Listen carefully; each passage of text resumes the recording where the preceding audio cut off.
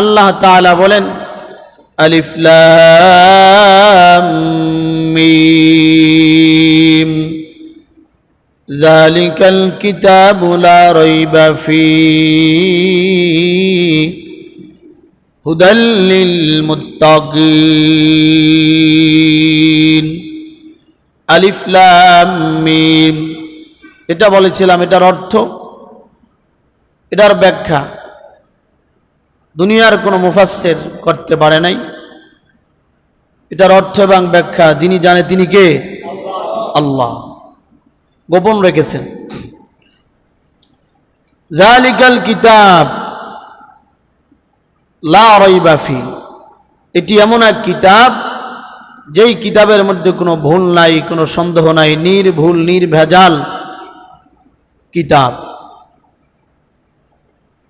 হুদাল লিল মুত্তাকিন,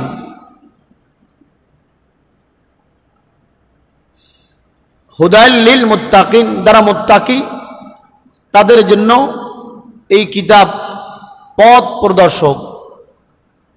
যারা মুত্তাকি, যারা পরহেজগার, যারা ঈমানদার, তাদেরকে এই কিতাব পথ দেখায়। কিসের পথ দেখায়?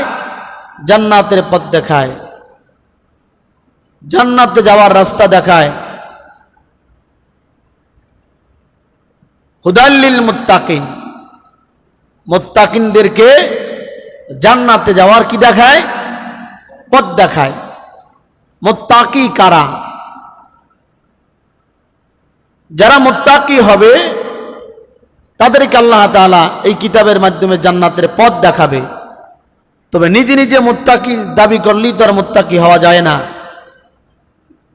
নামাজি দাবি করলেই নামাজি হওয়া যায় না। ইঞ্জিনিয়ার দাবি করলে ইঞ্জিনিয়ার হওয়া যায় না। ডাক্তার দাবি করলে ডাক্তার হওয়া যায় না। কি বলেন? দাবি করলেই কি সব কিছু হওয়া যায়?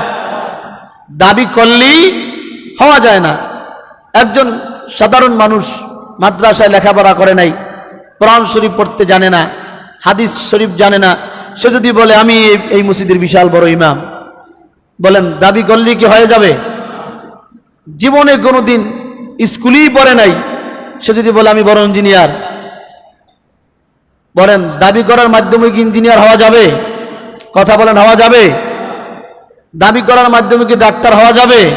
কোনো কিছুই দাবি করলে হওয়া যায় না যদি তার মধ্যে তার বাস্তব গুণাগুণ না থাকে। নামাজ কালাম জিন্দিগিতেও পড়ে না, মসজিদের ধারে কাছেও যায় না, সে বলে আমি বিশাল বড় নামাজি।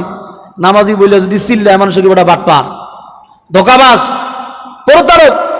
কথা বলেন ঠিক না ঠিক?